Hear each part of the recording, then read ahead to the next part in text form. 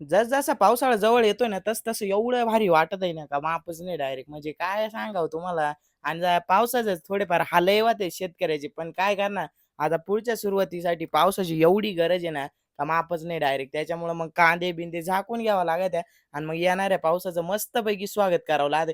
कारण कांदे आता ते आहे तेवढे आहे. बाकी आता पावसाची लय गरज आहे पुढं.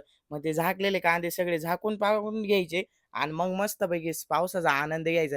कारण या पावसाशिवाय मजा नाही तुम्हाला खरं सांगतो. इकडं वारं सुटतंय, तिकडं वातावरण होतंय. म्हणजे एवढं भारी नाही का माप नाही आणि खरी गरज आता पावसाची या घासाला आहे आपल्या. कारण याला परत जर उभं राहायचं असेल, तर पावसाशिवाय मजा नाही.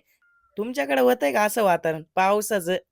असेल तर कमेंटमध्ये सांगा आणि व्हिडिओ आवडल्यास लाईक आणि फॉलो करा आणि YouTubeला जाऊन सबस्क्राईबचं बटन दाबून द्या तिथं हो या रिमझिम झिलमिल पाऊस धारा तन मन फुलवून जाते सहवास